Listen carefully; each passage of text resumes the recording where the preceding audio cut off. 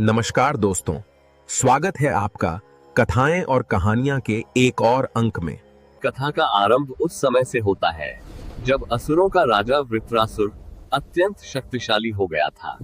कठोर तपस्या के बाद ब्रह्मा जी ने उसे ऐसा वरदान दिया कि उसे किसी भी ज्ञात धातु या गीली लकड़ी अथवा किसी सामान्य अस्त्र से मारा नहीं जा सकेगा।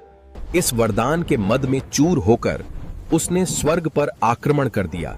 इंद्र सहित सभी देवता पराजित होकर दर दर भटकने लगे।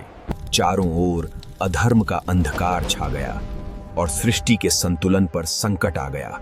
दुखी देवता जब भगवान विष्णु के पास क्षीर सागर पहुंचे तो नारायण ने उन्हें बताया कि केवल एक ही उपाय है। हे देवताओं, इस समय पृथ्वी पर महर्षि दधीची नाम के एक परम प्रतापी ऋषि हैं। यदि उनकी अस्थियों से कोई शस्त्र बनाया जाए तो वो अभेद्य होगा और उसी से वृत्रासुर का अंत संभव है। परंतु समस्या यह थी कि किसी जीवित ऋषि से उनकी हड्डियां मांगना एक अधर्म के समान था। इंद्र अत्यंत दुविधा में थे। वे महर्षि दधीची के आश्रम पहुंचे, जो नैमिषारण्य के पवित्र वन में स्थित था। वहाँ का वातावरण इतना शांत था कि हिंसक पशु भी आपस में प्रेम से रहते थे। महर्षि को ध्यान मग्न देखकर इंद्र का साहस जवाब दे गया। वे सोचने लगे कि जिस ऋषि ने कभी किसी का बुरा नहीं किया, उनसे उनके प्राण कैसे मांगे जाएं। लेकिन जब महर्षि ने नेत्र खोले और इंद्र के चेहरे पर चिंता की लकीरें देखीं, तो उन्होंने स्वयं ही उनसे आने का कारण पूछा। इंद्र ने कांपते स्वर में देवताओं की पराजय और विष्णु जी के सुझाव के बारे में बताया। यह सुनकर महर्षि दधीची मुस्कुराए।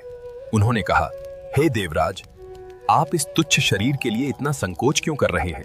जो शरीर मृत्यु के बाद या तो अग्नि में जलकर राख हो जाएगा या कीड़े मकोड़ों का भोजन बनेगा।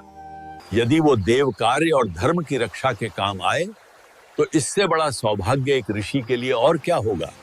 उन्होंने आगे कहा, परोपकाराय फलन्ति वृक्षाः, परोपकाराय वहन्ति नद्यः, परोपकाराय दुहन्ति गावः, परोपकारार्थमिदं शरीरम।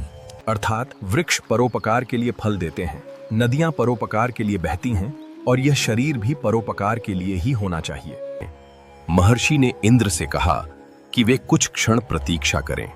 उन्होंने माता सरस्वती का ध्यान किया और योग विद्या के माध्यम से अपनी आत्मा को शरीर से पृथक कर लिया।